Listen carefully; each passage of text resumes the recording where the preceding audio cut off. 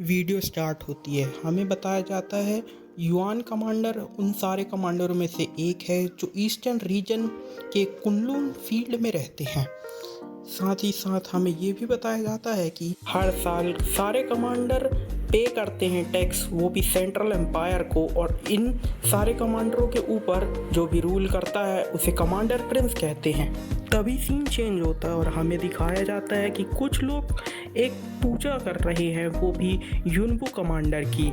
ये फेमस है पूरे नेशन में। इस सेलिब्रेशन में बच्चे वेट कर रहे हैं अपने सेक्रेट मार्क का। तभी हमें दिखाया जाता है एट प्रिंस को। एट प्रिंस कहता है हमारे मेन कैरेक्टर को, ये कितनी बुरी बात है, तुम तो 16 साल के हो, अभी तक तुम्हारे पास कोई भी सेक्रेट मार्क नहीं आया, ये कितना शर्मनाक है। तभी हमें एक नया पर्सन दिखाया जाता है, ये युनबू कमांडर, इसे सिक्स्थ प्रिंस भी कहते हैं। सिक्स्थ प्रिंस कहता है कि युनबू कमांडर के जितने भी बच्चे हैं 9 के 9, उनके पास कोई ना कोई यूनिक है, उनमें से सिर्फ तुम ही एक खराब और नकारा हो।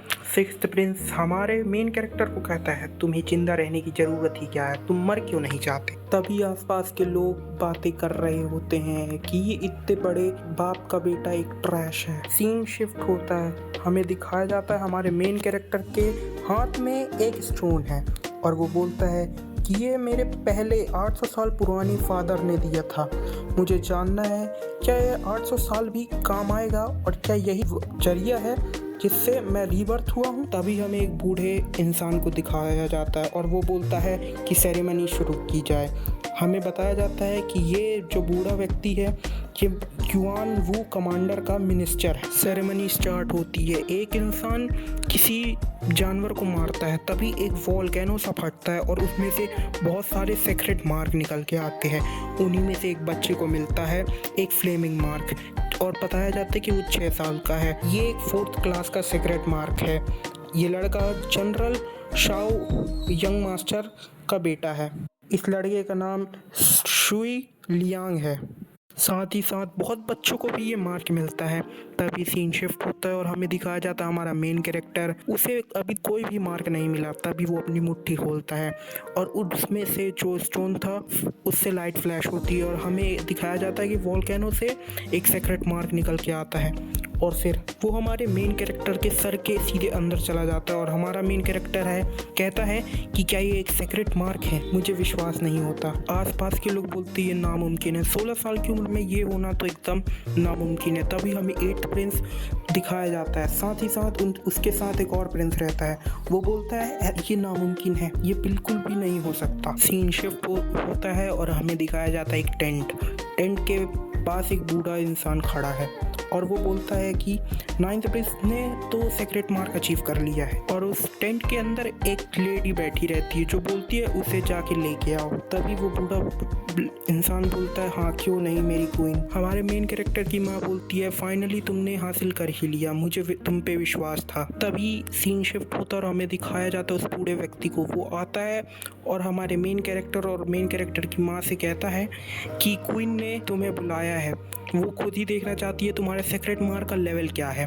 उसकी माँ बोल सकती है क्वीन पर क्यों, वो क्यों तुम्हें बुला रही है। तभी हमारा मेन कैरेक्टर कहता है मॉम आपको चिंता करने की ज़रूरत नहीं है, चलिए मिलते हैं क्वीन से। तभी हमें क्वीन को दिखाया जाता है। क्वीन बताती है कि इस साल की सेरेमनी को मैं लीड कर रही हूँ। क्वीन कहती है कि मिनिस्टर जरा 9th प्रिंस के सेक्रेट मार्क की क्लास चेक करो।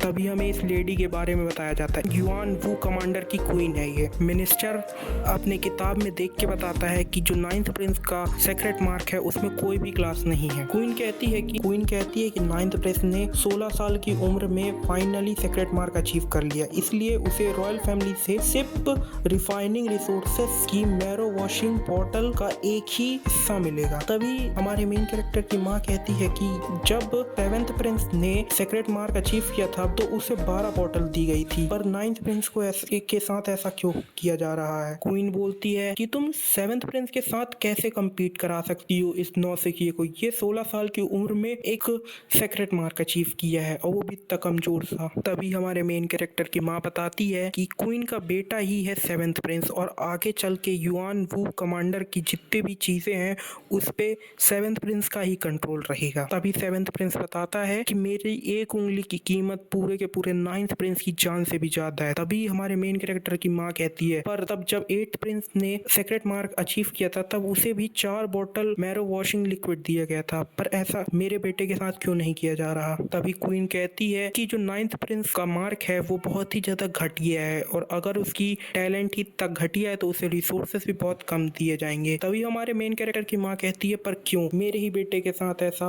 क्वीन कहती है मैंने अपना डिसीजन बना लिया है। क्या लिन कंकुबाइन तुम मेरे सीजन पे चैलेंज करना चाहती हो। तभी हमारा मेन कैरेक्टर बोलता है क्या मॉम ने पहले भी क्वीन की बातों को नहीं माना था क्या। हमारा मेन कैरेक्टर कहता है कि मेरी मॉम ने बहुत ज्यादा सहा है इसलिए अब मुझे बहुत ज्यादा हार्ड वर्क करना पड़ेगा। तभी एक सर्वेंट आती है और बोलती है नाइन्थ प्रिंस अपना रिवॉर्ड कलेक्ट करो। तभी उसे बॉटल फेंक के दी जाती है और वो अपनी माँ को ले जाते हुए कहता है चलो मॉम वक्त है हमारे जाने का यहाँ से। तभी क्वीन कहती है कि मुझे 3 महीने के अंदर कुछ ना कुछ कर लोगे क्योंकि रॉयल फैमिली का असाइनमेंट खत्म होने वाला है और अगर तुमने मेहनत नहीं की तो फिर तुम्हारे साथ बहुत बुरा होगा नाइन्थ प्रिंस। तभी हमें कहता है सेवेंथ प्रिंस की नाइन्थ प्रिंस के टैलेंट के हिसाब से उसे कम 1 साल तो लग ही जाएगा। तभी हमें सीन शिफ्ट होता है और हमें दिखाया जाता है हमारा मेन कैरेक्टर और बोलता है रुको मैं आपको कभी भी डिसअपॉइंट नहीं करूंगा मॉम। वीडियो खत्म होती है। Please subscribe my channel and like my video.